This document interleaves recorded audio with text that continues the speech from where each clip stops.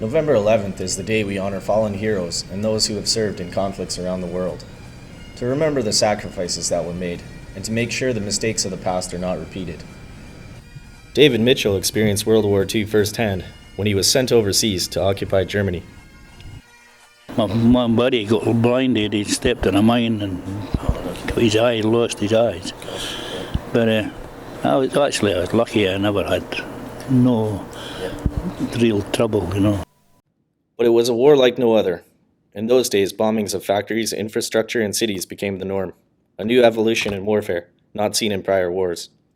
No, it's a cowardly sort of way to attack people, you don't need to be a hero to go and shoot somebody in the back, or, Because of the weapons used, it became a very impersonal war. Missiles and bombs can obliterate a city without even making eye contact with the victims. Advancements in warfare created a shift in how generals conducted strategy.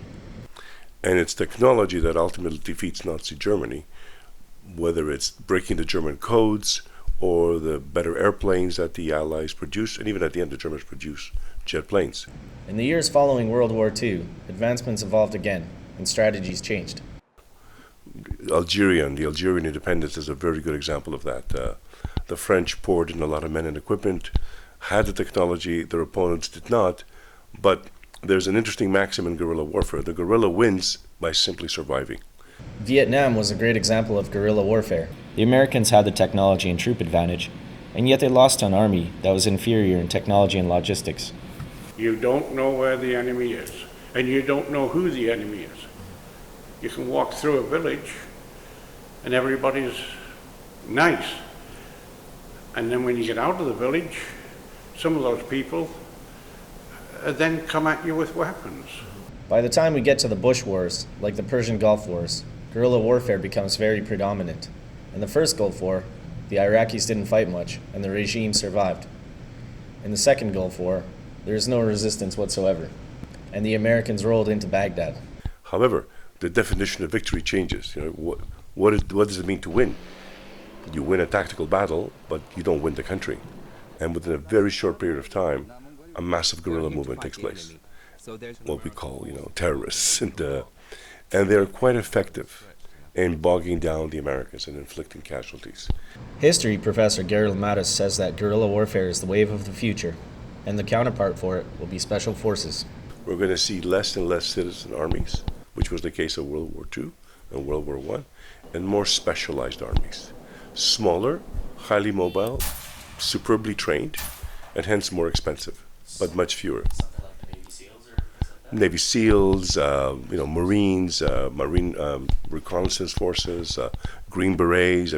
Right now the United States has over 60,000 men in their special forces, very few women. These forces are trained to do overt conflicts that are seen by the public, as well as covert operations, where the government and public won't know about the missions. It's all very terrifying, because the advantage of the citizen soldier is that he represents that society. And what Vietnam taught the Americans is that if the people don't want a war, you're not going to have one. With special forces and with drones and robotics, you don't care what the general population says or does, right? With the shift to mechanized warfare, one of the dangers that could arise is a population that is naive to the destruction caused by its leaders. Could taking the human element out of war be problematic to our forces? From what I gather, it's more impersonal. And so that if there's a drone, the fellow who launched the drone doesn't see the damage that it gets done. If we're sending fighter planes over, they drop their bombs, they fly off into the horizon, sunset, and they probably don't see what they do. The deployment of drones is a major concern, but from the military's perspective, what are some of the advantages of using drones? What the drone does, though, however, is it enables a country to intervene surgically, as surgically as it can be. Something which a warplane cannot do because it's crossing borders and stuff like that. So is the drone, but it's very small and very hard to detect. Right now, there will be counterinsurgency operations, both in the country and in the cities. In the cities, it'll be more complicated because it will involve changing laws and suspending civil liberties, and that could possibly lead to a lot of interesting problems down the road. So it won't be state fighting state. So people, and most of the times, won't even know. There will be no declaration